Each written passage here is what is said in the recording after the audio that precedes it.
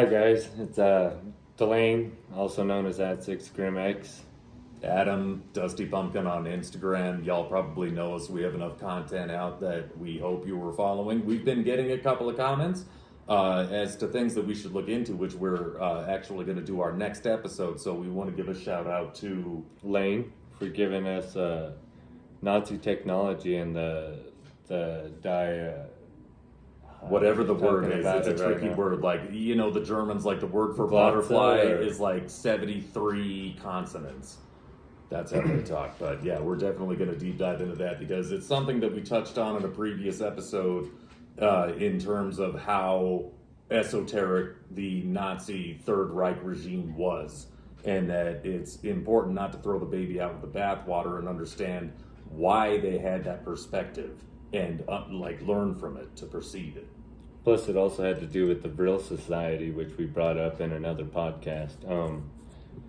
Also, we would like to give a shout out to Sam for.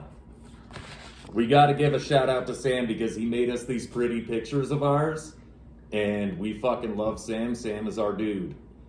Now, we'll find a spot to hang them up. We're still working on the whole setup here. Yeah. So, also, I want to actually answer the question I wasn't really able to answer at the end of the podcast because I was having technical difficulties. So, David had asked me at the end if I thought the law was still active. And yes, according to the scripture, right? If we're reading the Bible, that basically says yes. But as far as what I'm believing now, I'm really struggling with a lot of that stuff at the moment just because of things I've been doing research in Rosicrucianism and Gnosticism and coming to find other truths, I guess, that are easier for me to accept. Piercing and defining truths, I guess, is kind of like the subject of the podcast today, is that it's been a real wacky cycle. Like, hopefully everybody out there is doing better. It's been a rough week. It's been, I don't know, Mercury is in retrograde or Mercury is in the microwave. I don't know what the fuck it is, but whatever it is, I hate it. It's been so many confrontations of the ultimate aspect of yourself that just like realizes and manifests itself for you to have to struggle with before you're able to really do any kind of substantial healing. And so I guess, what do you think? Like, this podcast, I would say, might be getting through the hard and the dark to a point that you could really heal. No, and I agree with that. And while we're on the subject, I'd like to give a shout out to Kate, who's really been a good friend to Adam and I. Yeah. And if you haven't, check out our podcast on Spotify. Kate Barnes, Living More Freely. We fucking love y'all. You are like just the light of our lives as a pen pal and a good buddy. So thanks. Thank you. And again, we're wanting to be more about community here. And so I'd like to give a shout out while we're on to Mark and the Gentleman's Bureau, for that matter. Hopefully you guys continue to do more content, and then maybe we could have you guys on at one point. I've been trying to get this guy to do podcasts for years. Like, our relationship kind of is defined on account of the fact that this guy is like hands-free and able to hold like an 8-hour-long conversation with me on the phone. And it was years and years ago that I was like, listen, man, like we don't just have to talk to each other. We could also put these conversations out to people. And if people like it, then great. If they don't, well then, you know, at the very least, we're being honest. And so we finally got around to it almost solely because of the Gentleman's Bureau having turned this guy into podcasting in the first place. And like, after having watched all the episodes, great content, they manage multiple people having a conversation so well. It's just that this guy is hard to contain to the point that he brings so much fucking knowledge that we decided that it's better to just let him run wild and get all of his perspective and knowledge out to any and everybody possible. Definitely too kind, Adam. But in all honesty, I was afraid to put myself out there because people you care about, once you start talking about things like this that are hard to accept, people look at you differently. And I don't want to put people around me in that situation, but after Lane convinced me to be on the Gentleman's Bureau the first time, and then situations happened after that, it finally helped me to, I guess, accept the fact that regardless, it was going to happen, and here we are now. Yeah. But yeah, if you guys are back into podcasting, we'd love to have you on again, have you guys on and have you on our format and be able to chat with you. Today, though, we want to get into, I guess, just more of a free talk on some of the subjects we've been thinking about.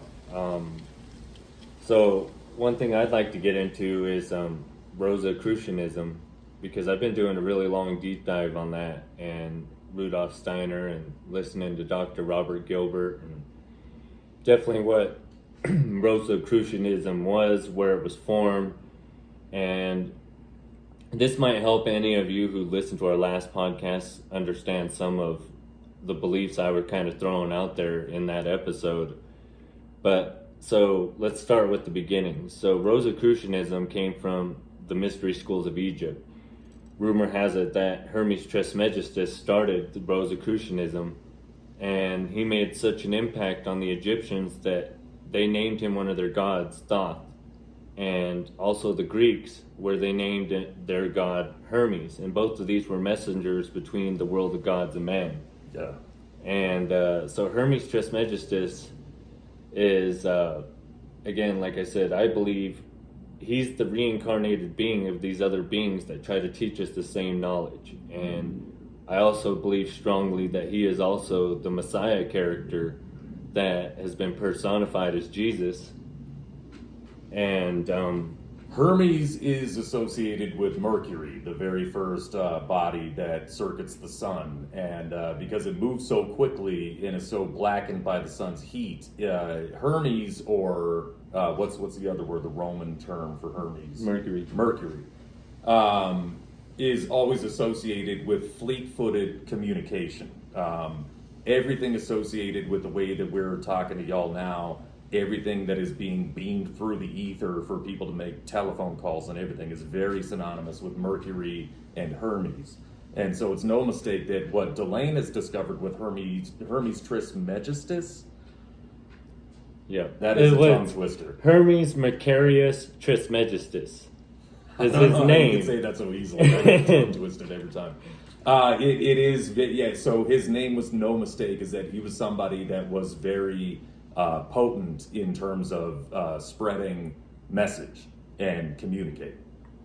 And so the Trismegistus part means thrice greatest, because he was the perfect embodiment of mind, body, and soul.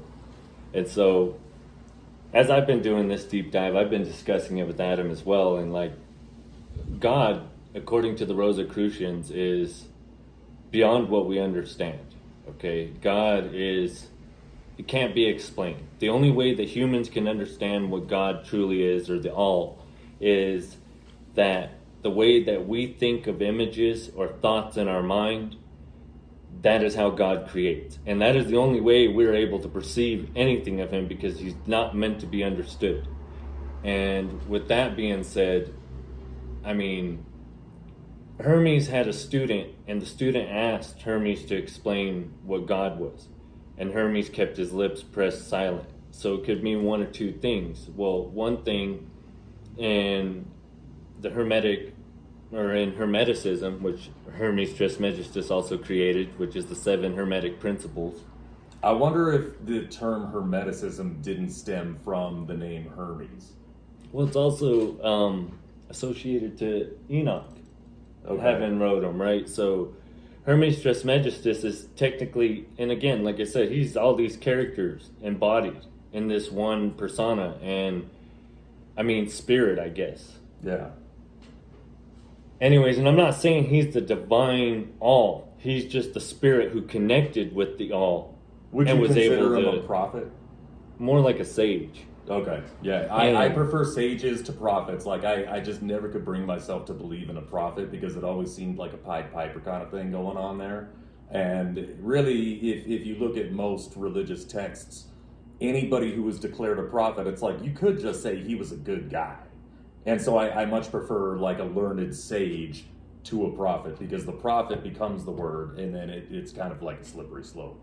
Well, because he also created alchemy. So as a sage is it's one of the archetypes, which we'll definitely get more into the archetypes probably in another episode and do an episode on archetypes. Right? Oh yeah, for sure. So, a sage is one of the archetype characters, and that means he's like a magician because he gave us alchemy, he gave us knowledge, he gave us sacred geometry. So when he was asked by his student and his lips were pressed, in Hermeticism, their rule is that knowledge of closed lips are for the ears that were meant to receive them. Okay? And Rosicrucianism, the reason why it's a secret society is because they learned from their folly. In giving the knowledge to everybody, it was from the same groups of people that would yell, crucify, crucify.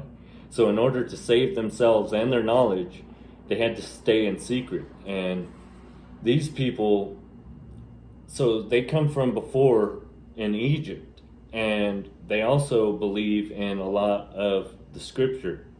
I just heard a Thoth's prophecy the other day read by Graham Hancock, and in Thoth's prophecy he talks about the angels and them falling and there being a great war and them taking over the world right under another guise, and it's a lot of what's happening today. It's a lot of what the scripture had predicted. Mm-hmm. So Rosicrucianism also ties into scriptural belief. You know, they call God the All or God. And it's the divine consciousness that created us. And as we were explaining in the last episode about the divine feminine, the divine masculine, a lot of that comes from Rosicrucianism. And especially with us believing that the up is the divine masculine and the bottom is the divine feminine, as above, so below. Right, and that's where the Star of David comes from, the triangles. So the downward triangle represents the divine feminine, and the upward triangle represents the divine masculine. And this is the perfect marriage, okay, of magic, science, the perfect embodiment of alchemy, right? Human momentum and human toiling, everything is associated with itself. My definition of God harkens back to Aristotle when he said that the whole is greater than the sum of its components.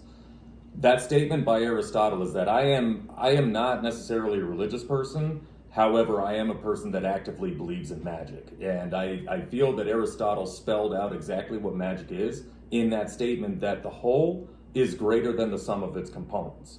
I experience magic every day that I live in Denver, Colorado, because here the sun sets twice. And that's kind of a ridiculous statement, but hear me out, is that the sun sets once behind the mountains, and then it sets again behind the horizon beyond the mountains. To me, that's like a magical experience, and I think that you could explain it via any method of science or whatever, but the experience itself is still magic. The fact that everything that we're doing with smartphones, these black obsidian rocks, that we are able to like communicate with people, as opposed to having to worry about cutting or chiseling this into a stone tablet and then mailing it to each other via pigeon, that too in itself, of course it's science. But the result to me is the experience of magic. So, and he would have also been privy to the knowledge of Hermeticism and Rosicrucianism. Oh, I don't doubt it. Because I mean, like I said, these came from the mystery schools of Egypt, so no doubt in my mind that he would have been privy to this knowledge. Yeah.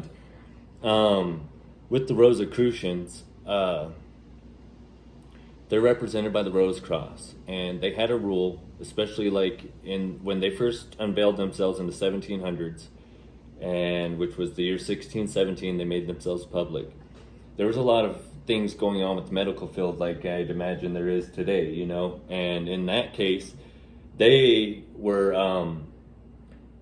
not wanting to treat people who couldn't afford it. They were not wanting to give medicines to people who couldn't afford it. So if you became a Rosicrucian, because it's easy to be corrupted on the path, the number one rule of an initiate, because there's the 3 states of an initiate, right? And when you become an initiate, you are promising, and this is your prayer, this is your way of giving back, is that whatever you learn on the path, you will give back to others. You will not use for self, because that is how you get corrupted. And with this, and when they unveiled themselves publicly, if you were a doctor and you wanted to become a Rosicrucian, you had to dedicate a part of your practice to people who couldn't afford medicine or the surgeries or medical care that they needed. And you would do this, and it would also be considered like your prayer, your service back to God. Mm-hmm. Okay, because through the path, you're gaining ultimate knowledge, which is releasing yourself, freeing yourself. Okay, but this knowledge isn't for everybody. And knowledge is power, as Alan Watts said, right? But the lack of knowledge is power. And that's how they control us. Yeah. Because they understand that better than we do. So the less you have knowledge, the less you're able to understand and free yourself from the system. But again, like, we want to give you more knowledge, but we're both the same as everybody else who's listening to us. We're slaves, we're slaves to the system. We only have enough of our verbose and verbatim that we are always charting the exterior of the levels of control. And it just so happens that he and I are within synchronicity enough that we only hope to share that experience with anybody else who might be having a hard time. Everything is propaganda. And I think that I've probably said it maybe on every podcast, or if just a couple of these podcasts, is that I don't have a dog in the fight between globe earth or round or flat earth. But I do see the end result of how the two different camps operate. And at the end of the day, I think that it is far more beneficial to be a flat earther than it is a globe earther. Now, that's going to upset a lot of people, but when it upsets you, you have to ask yourself, why do you have a visceral reaction to the idea of a flat earth? You should be able, as a scientist, you should be able to consider either possibility and investigate either instance. And so most globe earthers are going to say, like, well, like the Greeks, like ancient civilizations, we've known this forever. It's done. It's dead. Conversation over. Fuck you. I just owned you. But really, at the same time, like with a flat earther, is that they're like, okay, I get a lot of the evidence and the experiments that you could do to prove that it's a globe earth. However, the more beneficial ideal and like state of ideal with a flat earther is that they are always constantly willing to question narrative. And that can't be anything but beneficial in our current climate. The very idea that the very ground beneath your feet could be something else than what you're being told, I think is ultimately a healthy sort of progress for a person to make. No, and I agree. I mean, that's why, even though I do believe in flat earth, my thing is that I'm not here to convince people to believe that or anything. It doesn't really matter. It's not going to change any way that we live or anything like that. The only difference is that it teaches you to question and investigate. Yeah. And learn. And if you want to know the truth, would be the only reason why it would be important if the earth is round or flat. That's the only reason it's important. It's not going to change the world. Even if the world was admitted to be flat tomorrow, or it stays a globe today, it doesn't change anything in the world. It's not going to change our lives or nothing, and so it's not. And I like that it questions everything, just like you were saying. I mean, because there's a lot we've been lied to on, and history is one of them. It could be as fundamental as that. It could be that the Earth is only 5,000 years old. It could be that the Earth is 5 billion years old. I just heard the interesting fact that the Appalachian Mountains are older than the rings of Saturn. And so those are cool facts to kind of consider and kind of incorporate into your perspective towards life. For me, and again, I don't have a dog in the fight. I honestly don't care. I like the sky. I like the sky. I like the stars. It doesn't matter to me what shape the earth beneath my feet is. Like Neil deGrasse Tyson could talk all fucking day. I don't really care. I'll listen to this guy talk about flat earth all day. And the reason that I tend to thinking that flat earthism is a benefit is that you are predicating one of the most radical sacrosanct standards of thought, and then you are basing any investigation that you do from there. And that to me kind of speaks towards like an actual scientific process instead of saying what is already acknowledged and accepted by the state, by any established infrastructure, be it scientific journals and such. Like, you have to operate off of that. This is taking it back to baseline, and it's turning it on its head. And starting to investigate anything from that paradigm, to me, I think is far more noble than referring to, well, you know, Galileo proved, and it's like, you don't know Galileo. Galileo lived however many years ago. You don't know that he lived that many years ago. And you honestly don't even know that he said what is being told that he said.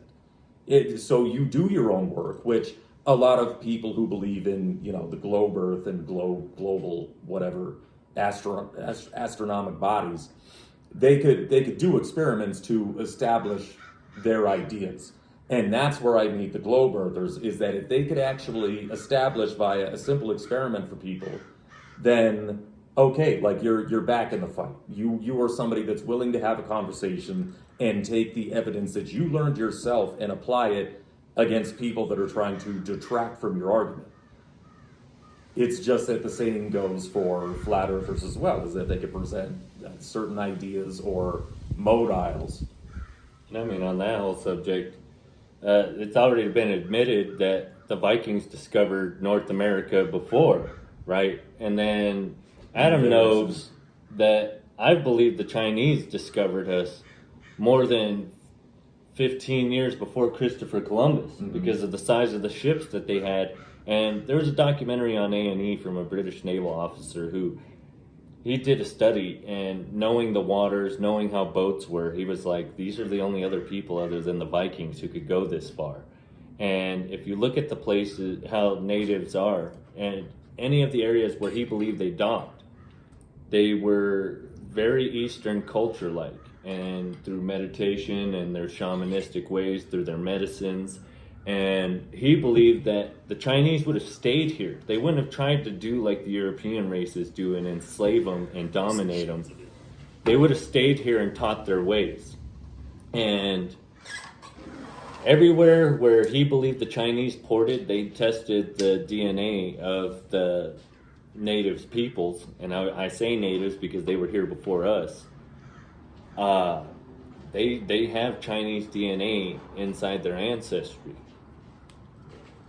Yeah, it's interesting because all native tribes, the Western indigenous in the Western Hemisphere, they all have Exodus stories. They all describe having come from someplace else.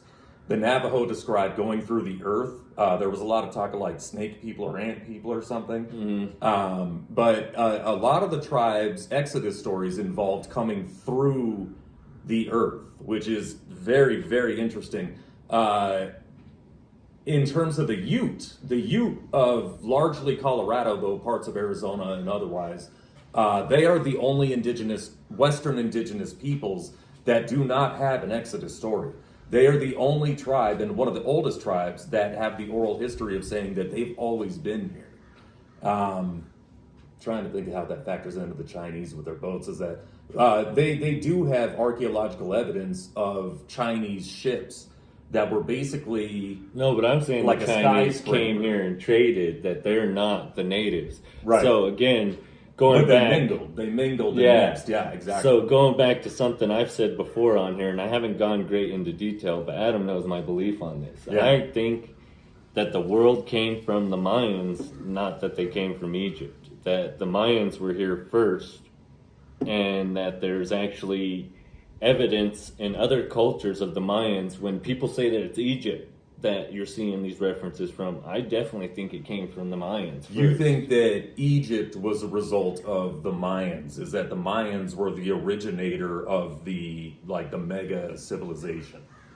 Well, because they're the oldest civilization according to what we're being told, okay? But as far as, I mean, there's a theory, and I was telling you about it one day from, I can't remember who it was saying it on the One-on-One podcast, and I was telling you all this stuff ties into the Box Saga, which I would like to talk about on here too, because this is something as crazy as Tartaria. So anyways... We should have called this podcast a can of worms, because it's a subject we get into, you know? We've brought up Atlantis and Lemuria, at points. So and this represents to us coming out of the Garden of Eden and our peoples existing. So in this theory, there was two different peoples that existed. And these people were all brown-skinned, okay? Not darker, but brown. And when the floods happened and the Ice Age, the people who were up north, who became like the European continents and stuff. Right. The ones that had to like get out of the elements and conceal ourselves from the harsh environment, we started losing like the Pigmentation, melanin, the pigmentation. And then their eye colors changed, because if you even look at polar bears, huskies, any animals that live in the Arctic, their fur, their skin, their eye colors change because of having to deal with the brightness, the white, and all of that around from the sun. And it doesn't absorb as much. I never even thought about huskies in terms of that's them why being the hair gets like lighter. an Arctic breed. So look at the Scandinavian people who are the Vikings, right? They have Largely blue or green eyed. lighter hair, lighter complexion skin, lighter colored eyes. Yeah. Right? They're northerners. And so the people who are here in the floods, obviously, they're going to have to migrate because the floods happen. So the land is not the same. And these people, they had to migrate to other areas, and some of them becoming darker, okay, than they were of their brown skin. And when you are put in a lot of sun, a lot of heat, like the deserts, like in Egypt, in Africa, your skin would then become more like an indigo. Not like what we see as your typical dark person, okay? This is more like, and this is true, if a person who's a really dark complexion already, and they go to a very, very hot place like the Sahara Desert, their skin's going to turn almost an indigo color. It's going to have a blue sheen to it. Yeah. Almost purple. It's no wonder that, Mace Windu, fucking Samuel L. Jackson has a purple lightsaber. Yeah. Right? And I always associate, purple is the color of royalty, and all of those factors And just your it crown really chakra. factors in, yeah. So you're really saying that even Lemuria, and Atlantis were splinter colonies of Maya. You think that Maya was the Maya originator? came from Lemuria. Okay. And so Lemuria, and Scandinav- Atlantis were the founding root. Atlantis are the northern people, okay? And so during the Ice Age and the flood, these landscapes changed for these people. Right. Right? So the northerners, they obviously had the technology. They came from Atlantis. Now, here's where theories get blurred, because like I told you, there's a theory, and this is what I'm leaning more towards from our creationism, is that when we came out of Eden, we were still in our spiritual form before we had manifested into our physical bodies, totally. And in Lemuria, we're still our spiritual bodies. And I feel like that's why the Mayans were more tied to spirituality. And in Atlantis, we were tied more to technology, which is why I felt, that side of the world is more of a logical standing. It's more... So look, you got to have the duality to have a perfect merger. This is the thing. Everything doesn't always have to be the same. And just because there are differences in opinions and beliefs doesn't mean they cannot exist together. And that's the thing, is that even with, you have Yahusha, right? Jesus, the Y. Yahshua ben Yosef. And whatever you want to call so him. I guess it would be this way, That was right? a good guy. L for Lucifer and Yahusha, okay? As above, so below, right? There's a perfect merger between the two. This is the embodiment of the tree of life, of the Hebrew tree of life. Okay, and so you need to explain that, is that the very depiction of the tree of life itself is of a dead tree. Anytime that you look at, in like most biologists and scientists, microbiologists, quantum physicists, when they are studying the tree of life, Kabbalists, like people that study the Old Testament, like Judaism, you were looking at a dead tree. And it never really struck me before until Delaine mentioned, he's like, that's a dead tree. How is it the tree of life and it's dead? So that is another one of the inversions. How did you explain it recently where you were saying that the trunk is God and the branches are us, right? Yeah. This is as above, so below. And why it don't have leaves is because leaves are the fruits that we manifest. And if you watched our last podcast, David mentions fruits. So what your fruits are is, what are you giving back to the world? Okay, what are you bringing back to this world? Are you just taking from this world and not returning something back? And I mean, that's what we're trying to do here with information, knowledge. Again, I said knowledge is power at the beginning of the podcast. Well, somewhat at the beginning of the podcast. Right. But like the Rosicrucians is that any information stored must be shared. Castlevania, I'm telling you, bro, you got to watch it. Yeah. There's this sect of people called the Speakers, and that is they I think are basically Rosicrucian. But the idea kind of stems into what we are just recently discovering or deciding upon, is that physicists, engineers, all of the highest minds on the planet have all come to the assertion that they're certain about the fifth form of matter. So matter goes liquid, solid, gas, plasma. But what they're saying now is that the fifth form of matter is information.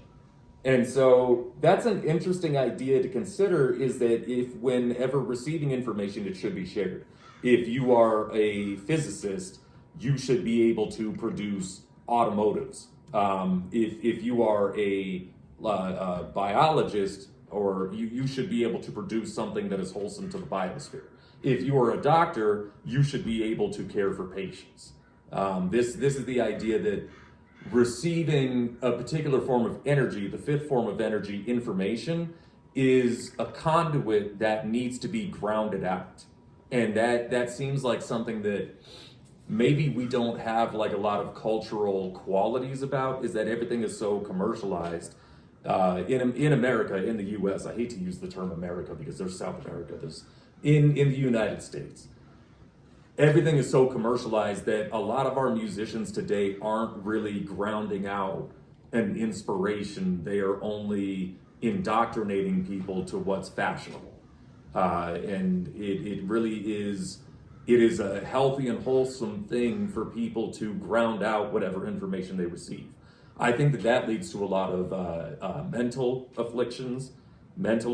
Like, we have just been told that chemical imbalances are not what we thought they were, and that all of these chemical companies were lying to us the whole time about drugging people, often to their deaths or to the point that they wind up deformed or sick. I think that a lot of mental imbalances really are just issues that people have and not to be too woo-woo, I'm going full woo-woo, issues in their hearts.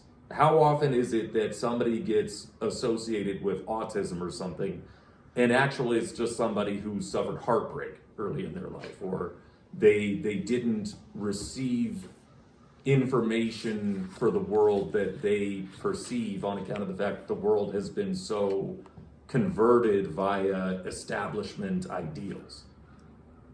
Yeah. I kind of got lost in the cornfields with that one. But what I was looking up on there is, I wanted to show you guys the Kabbalah Tree of Life. It's not wanting to show that well, huh? So the reason why I wanted to show you is only one path of this Tree of Life leads to heaven, and that's the middle path. On this side of the Tree of Life, which would be, I guess if you're looking at it, the right side, is the Luciferian path. And this is the path of Mithra. So this is one truth you have to learn as an initiate in the Rosicrucians, is that you are being used by two beings, two entities, two, I guess if you want to call them evil by the Would definition. you say used or influenced or like... Well, so the way I was saying it to you is more like a symbiosis, because we need them for our spiritual growth, as they need us to feed off The of. two standards, the good and the evil. No, they're both evil. Okay. So there's only the middle This path is where it gets fun. that you have to walk through, right? You have the path of Lucifer, who fell, Right. right? And then you have Mithra on the other side. And so Okay. who is Mithra? It's a Persian god, and let me bring this back up. Does Mithra factor into Hinduism? It was a Greek cult, the cult of Mithra. Okay. Watch, let's see.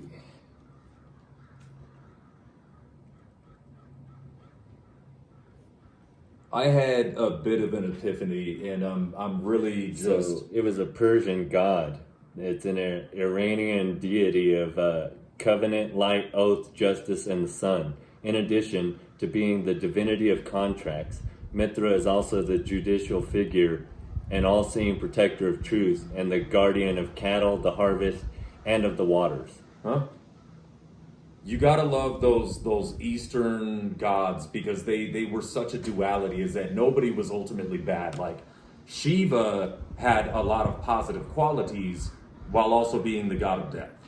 So in the Bible, Mithra is the god of wide pastures and the giver of gifts. And obviously, we know who Lucifer was in the Bible. But that also sounds very Luciferian. It's associated with light. Like, Lucifer is the light bringer. Lucifer is the morning star. And Lucifer is that's why you're being used by a duality, right?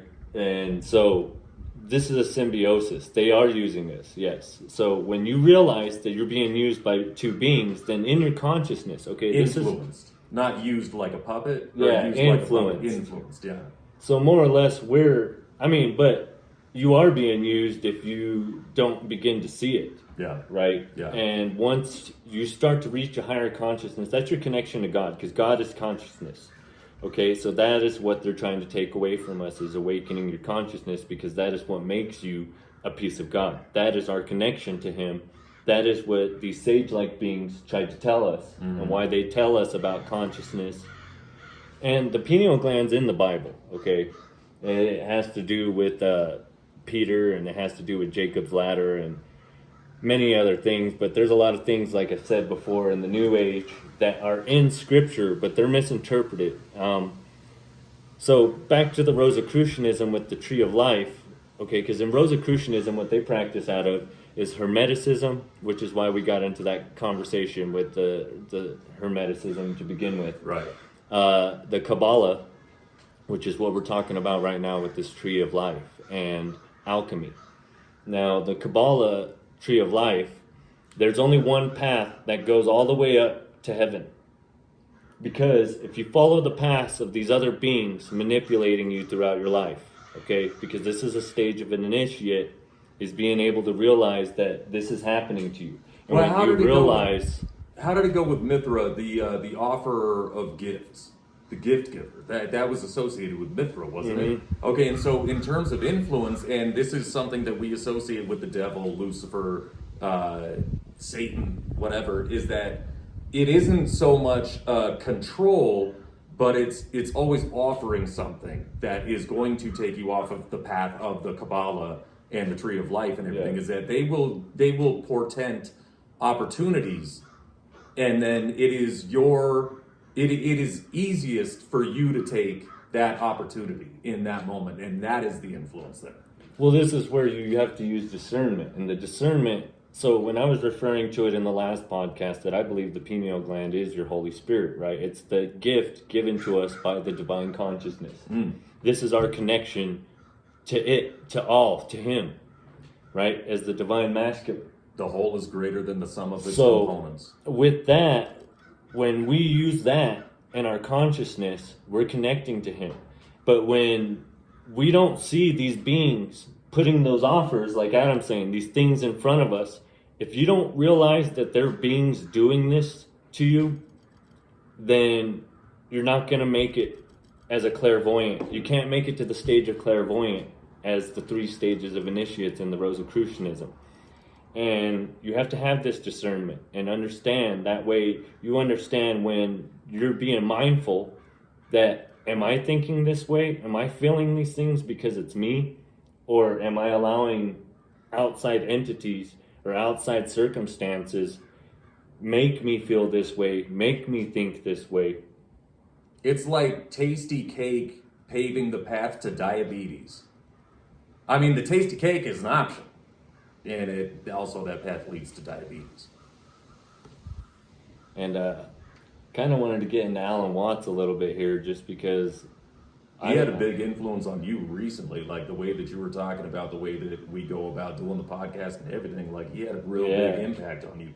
Alan Watts is a G. Like, that fucking but guy so is did great. the Rosicrucians, because like I told Adam, when I was really I did like a 48-hour deep dive on Rosicrucianism. We have to share a YouTube account, just the way that we process the videos and we try to take care of them and everything. And so I look at this guy's watch history, and he's literally watching like 18 hours a day of Rosicrucianism and Hermes Trismegistus, and it's like, Jesus, dude, like, I wish that I had your energy. Like, my God, I'm just the guy, and I'm the guy behind the curtain over here. And this is what I do with my free time, because again, like I said, we are slaves like everyone else. I mean, it's slaves to a job, because a job is slavery. It's voluntarily, yes, but your options are, do we starve or do we make money? This is something that's really gone off the rails in our culture, is that everybody, certainly in our generation, wants to write off capitalism as some great evil, okay? There are two great things that have lifted billions of people out of poverty, and it is the establishment of the West. And I'm not shitting on the East whatsoever, but I'm saying that there are benefits to Western civilization, and the twofold binary that created Western civilization is Christianity, and again, I'm not religious, but these are the facts, Christianity and capitalism. Now, the problem with capitalism today is that it's so off the rails that what it did was destroy culture and community to the point that we didn't have the bulwarks or the levees to prevent the flood of them just being able to exploit everything. Capitalism today is wholesale exploitation. If you are earning a thing, then whatever money that you're earning is just enough to get you by, and you are being exploited. That isn't capitalism's fault. That is the perversion of capitalism's fault. We're seeing the same thing today that happened with socialism and communism in the USSR, is that during their fall, when they realized that the jig was up and they reached their logical conclusion, they went so hard in the paint with communism that it destroyed the USSR. Probably it had a lot to do with Chernobyl. But it was always going to meet that logical end. And once it did, the oligarchs knew the jig was up, and they started exploiting everything to such a toxic level that they basically just bled the entire union dry. Hopefully we see the same kind of atomization like they did in the USSR, where, you know, the US is going to fall. And that is the logical conclusion of capitalism, is that they are literally trying to squeeze blood from a stone at this point. And they're doing it by gaslighting you and saying like, well, you know, like, your metrics just aren't up to snuff. I saw that you took a bathroom break today. What the fuck is that? Like, you have bowels? You have the need to, like, relieve your bowels lest you get sick? Like, that's ridiculous. Like, you've just been demoted. You're taking a pay cut. Get the fuck out of here. Like, that isn't capitalism by definition. That is toxic, predatory capitalism. Yeah, and so when I say slaves, I'm not trying to hate on capitalism. What I mean is that... we are trying to say we hate our jobs. Well, I mean, there's no reason a person should have to work the way that we do here in America just to make your rent, to buy your groceries, right? No other animal has to make money to live on this planet. Like, what the fuck are we doing? We have to make money to live? Like, I'm pretty sure that we could get rid of automobiles. And so I'm not a driver, so I'm kind of that hipster fuck. But just dig up the streets and turn it into gardens and pastures. And then everybody has their own animals. Everybody gets along. Like, this person has chickens. I have llamas. So I could make like nice wool hoodies and everything. And I get eggs from them. And it would become like a hyper barter capitalistic system, as opposed to this like grind under artificial light and listening to the same fucking songs that we've heard for 30 years. Like, everything is so fucking repetitive and artificial. It makes my eyes bleed. But, I mean, so... what I'm saying about it is that we need to have time. People need to have time. That's why people are interested in things like podcasts, why people are interested in information, why they're watching TikTok, going to Instagram, Facebook. People want to see other things. And the fact that the lack of time makes it impossible to do as many things as we like, we have to accept things like social media as our vice for the time being until we are able to go out and do those things. But so I spend a lot of my free time just researching, and that's what I do. it gives you a connection. And so this kind of harkens back to the epiphany that I had, is that I've always been interested in ancient civilizations. Like when you were talking about the duality between Lemuria and, well, that's not a duality, that's a triality, whatever you call it, Atlantis.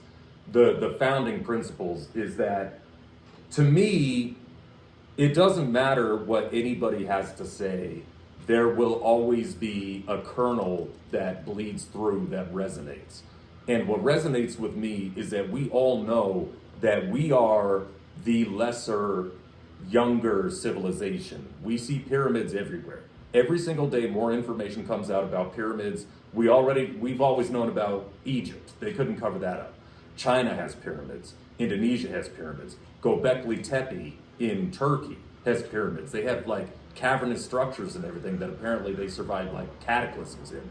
Of course, Guatemala, the Western Hemisphere, like it seems that there were pyramids and like mega structures here that they predated Egypt by so much that we only see the remnants of them and mistake them for mountains. When they discovered Göbekli Tepe too, they thought it was just a simple hill, and then they started digging and they found like the Mayan structures in South America. So remember, they thought they were just hills, and then they cleared the foliage and they realized, like, holy fuck, like they found 64,000 temples, like mass cities. And where was I telling you? Peru, I think. Yep. And they're saying it's going to take 200 years to excavate every single temple and to go through them and understand what we're looking at. They found this through a LiDAR radar. That's what I was telling you. A guy from ITT Tech had created Shout out to LiDAR. I fucking love LiDAR. That is such great technology. That shit is amazing. So they created a LiDAR scanner, and they scanned the area, and they ended up finding all these temples.